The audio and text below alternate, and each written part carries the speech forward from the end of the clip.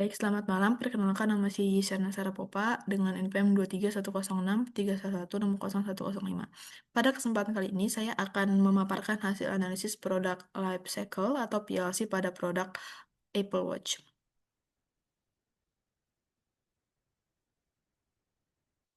Oke,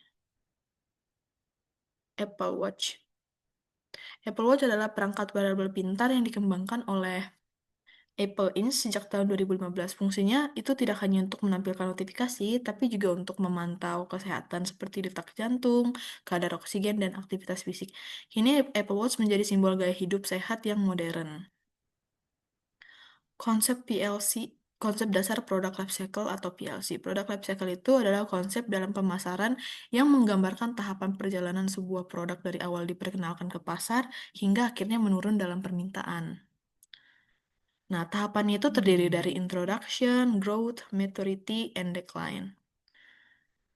Pada tahapan yang pertama itu introduction, produk itu baru diluncurkan ke pasar, penjualannya masih rendah dan biaya promosinya juga masih tinggi.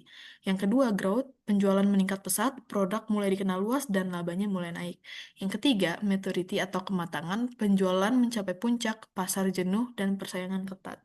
Yang keempat yaitu decline, penurunan, penjualan menurun akibat kejenuhan pasar atau munculnya inovasi baru atau teknologi baru.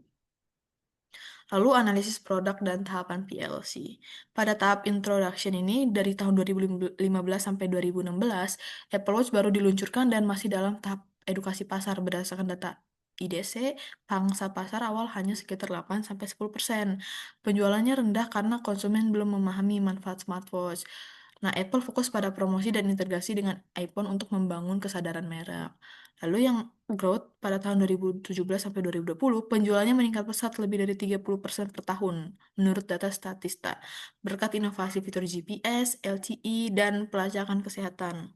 Secara logis, peningkatan nilai fungsional meningkat permintaan konsumen. Apple menjadi pemimpin pasar smartwatch global. Lalu maturity pada tahun 2021 sampai 2024 pertumbuhannya melambat sekitar 5-8% per tahun menurut data Counterpoint tahun 2023. Karena pasar mulai jenuh dan pesaing semakin banyak, Apple mempertahankan posisi dengan inovasi incremental seperti fitur ACG, O2 sensor, dan layanan fitness.